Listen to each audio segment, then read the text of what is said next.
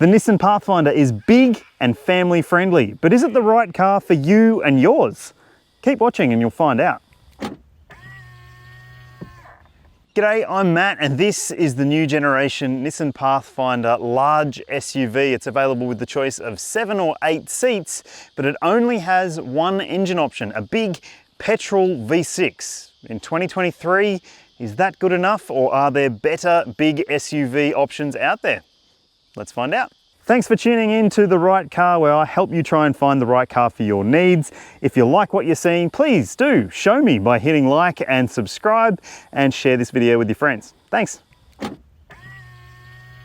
At this price point, you'll see it on your screen now, this might not be for everyone. I understand that. The TIL is basically the flagship version in the range. Below it, there's the TI, which is all-wheel drive, and it does have some nice things as well. It's got heated front seats, you've got sat-nav, you've got touchscreen media system with Apple CarPlay and Android Auto, LED lighting, so it's pretty well equipped. It's also quite expensive these days, and I don't necessarily think that it feels as pricey as the price tag suggests it should. Let's talk about the 8-seat SUV options out there. There aren't actually that many at this kind of price point.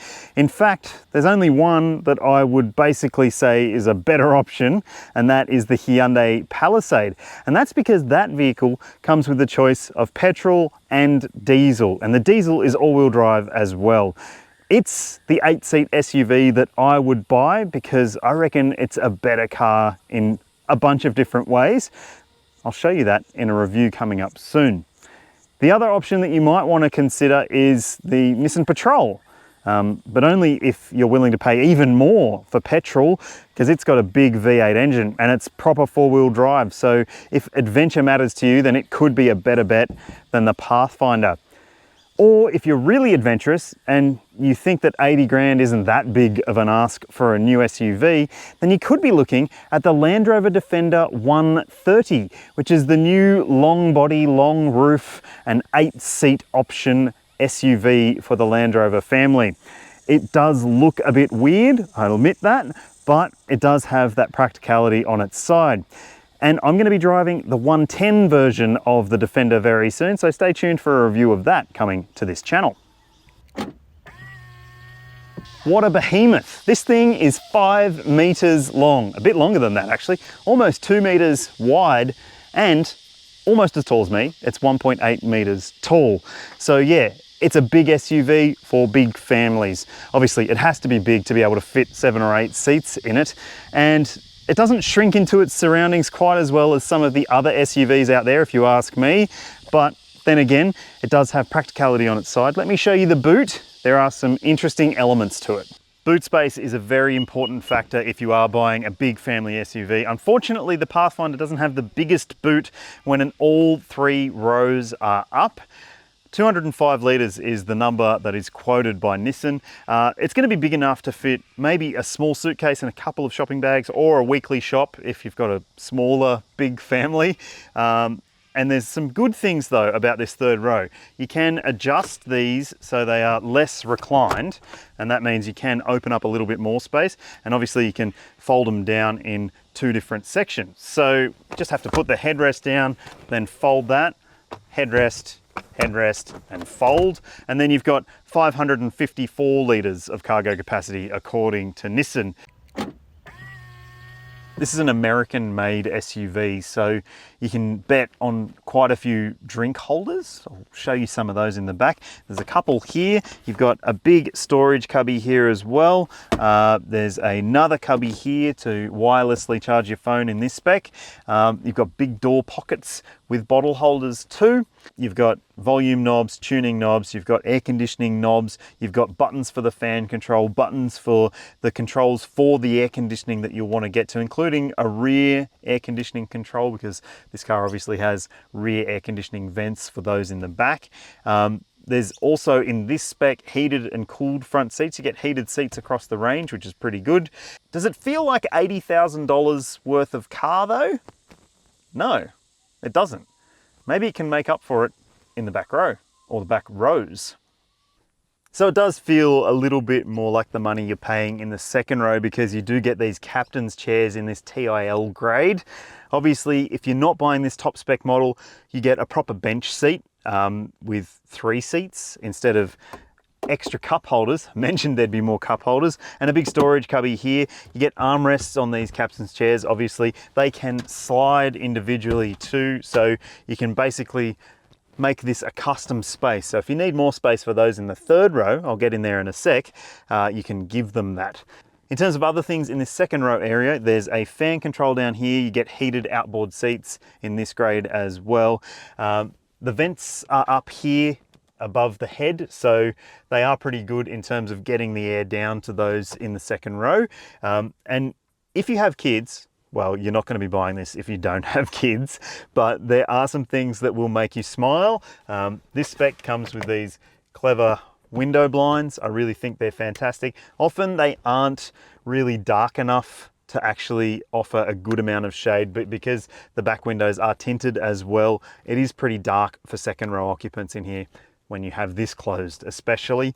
Now there's also some clever things like dual cup holders in the doors, so they are massive, but that's not the only cup holders in the doors, because you could also put a cup or a bottle down below as well, maybe even 2 more down below. So if you want to have 5 drinks per rear seat passenger, you could do that. Now, obviously I do have a child seat fitted in here. You've got ISOFIX points and top tether points for these 2 seats as well, if you want to have your kids ride around in style. There's also mat pockets for storage too. So yeah, like I said, storage isn't lacking in this car. Let's check out the third row. Something you should know about the Pathfinder, it does have very wide opening doors. So putting a child seat in or out, or getting someone my size in or out into the third row is actually not as difficult as it could be. That action is very simple, so access to the third row isn't that difficult. This seat is now set in its rearmost position, and I'm 182 centimeters or 6 foot tall. I've got heaps of headroom, just not enough leg room. The beauty is you can slide these seats forward to allow people in the back a bit more room. I just haven't done it just for illustrative purposes here. Now there are 3 seats back here. That's what makes this one a 7-seater. This seat in particular is the interesting one, because it also has an ISOFIX point and a top tether mount. So you could fit 3 child seats in if you so choose. You could fit 3 adults across the back here. It's pretty broad. Maybe not huge adults though. Cup holder count back here, we've got 4 additional cup holders, making the total in this car something in the region of 20. It's a lot of cup holders. There's also a USB charger back here. There's a couple of USB ports in the second row as well to keep everyone happy. Air vents in the ceiling, which will come in handy, no doubt. And these headrests, as I said, you can fold them down or up. Obviously you want them up when you've got someone in here. The silly seatbelt from the middle, it actually kind of gets in the way. If you were sitting on that window seat, this might be across you a little bit, so that's not ideal. But otherwise, yeah, it's a pretty big backseat experience. As I mentioned, there's only one engine option available in the new generation Pathfinder range. It's a 3.5 litre Petrol V6. That's not very 2023 and beyond, and some people will find it a turn-off. I personally think it's a turn-off as well, especially considering that it's got relatively meager power outputs, 202 kilowatts, 340 Newton meters, which isn't a lot for a car of this size and this weight. And previously there was a hybrid version, a supercharged 4-cylinder hybrid available in the Pathfinder. It's been axed, so yeah, it's a bit of a backward step if you ask me when it comes to the powertrain. This is a big family bus, there's no doubt about that, but it doesn't drive too badly in terms of the ride especially. I think the ride, the suspension, the way that it copes with bumps and doesn't actually throw the car around too much is kind of impressive for something so large. So it is definitely good when it comes to the comfort factor, and this is even in this top spec one, which has the big wheel package. So it's got 20-inch wheels. Another thing that's not too bad, at speed at least, is the steering. When you are at low speeds, it takes quite a lot of arm work and can be a little bit heavy. It's got a decent sized turning circle. It's not the biggest turning circle, but it does feel big because it's physically a very large car to maneuver. Nissan is a bit behind the times when it comes to the engine technology side of things. Just look at the Nissan Patrol, huge V8 engine. This thing with a 3.5 litre V6 and no turbo option, no hybrid option, nothing like that. And I guess that also speaks to the market where this vehicle is built. It's a North American built vehicle, so yep, they don't mind a big old V6 petrol. It's just a bit breathless at times. For something that is this big, it can feel lethargic to get away from a standstill, and probably not helped by the 9-speed automatic at lower speeds, which can get a little bit confused based on what I've seen. Can chop and change a little bit between the gears, more than you'd think. Like so, just drops down a gear when it could probably just rely on the engine's torque. But I don't think this transmission is worse than the old CVT in the last model. Just think that the whole powertrain could be better. This generation Pathfinder uses more fuel than the last. Not many cars come out these days and actually use more fuel than their predecessors, so it is a bit of a surprise. 10.5 litres per 100 is what the all-wheel drive models are said to be able to use across a mix of driving. If you're wondering what I've seen across a mix of driving over a week with this car, the number's on your screen now. Not as bad as I was expecting it to be honest, but still, not gonna please everyone. If you're buying a big family SUV, you want it to be as safe as it possibly can be, and the good news is that the Pathfinder is very, very safe. It's got heaps of active safety technology, in fact, enough to give it a 5-star rating against the ANCAP 2022 criteria, which is the strictest it has been to date. So it's got heaps of safety technologies, including autonomous emergency braking with pedestrian and cyclist and junction detection.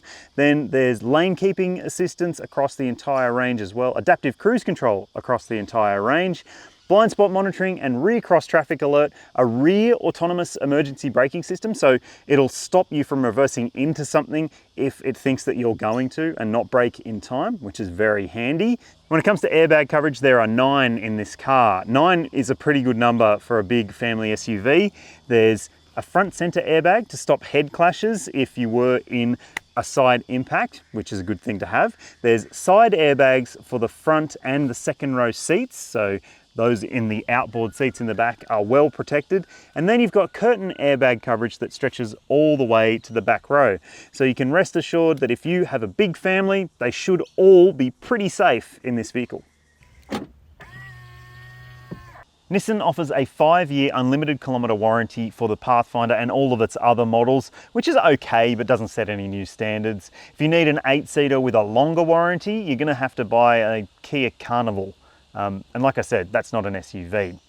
Now, we need to talk about servicing because this vehicle is quite expensive to service. I'll put the average cost per year over the 6-year cap price servicing plan on your screen now. As you can see, that's kind of high. The 6th service for a 4-wheel drive one is very, very expensive. You can choose to prepay your servicing if you wish in 3 or 4 or 5-year package plans. And I'd probably do that if I was you, but it's still very, very expensive for a big vehicle like this. Now, the other thing you need to know, 5 years of free roadside assist. I guess it should be free because you're paying so much to keep it on the road otherwise. As I said at the start, the Nissan Pathfinder isn't going to be for everyone because it only comes with that Petrol V6 option, and I don't necessarily think that it feels as pricey as the price tag suggests it should. Tell me what you think in the comments section below. Would you choose a Pathfinder or would you choose something else? Would you ever actually need 8 seats? It's a lot of seats in an SUV. I'd love to hear your thoughts. Please do share them with me, and also if you haven't already, please do like and subscribe. It helps a lot. See you in the next one.